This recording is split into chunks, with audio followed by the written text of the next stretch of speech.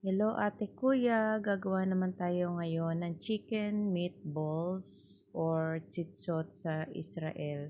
Kakailanganin natin ng giniling na manok at timplahan natin ng chicken powder, garlic powder, black pepper, asin, asukal. Kayo na pong bahala sa measurement kasi magkaiba naman tayo ng panlasa. Mag-add din po tayo ng ketchup, toyo, at olive oil. Naglagay din ako dito ng isang itlog at breadcrumbs. Paalala lang po, lahat ng nilagay ko dito ay base sa aking panglasa. Maglalagay din po ako ng green onion at isang sibuyas na puti.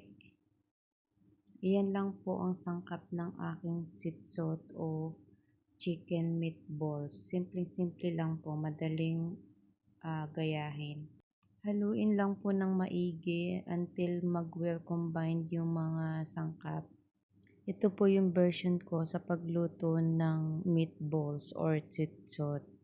Please like, share, and subscribe to my YouTube channel.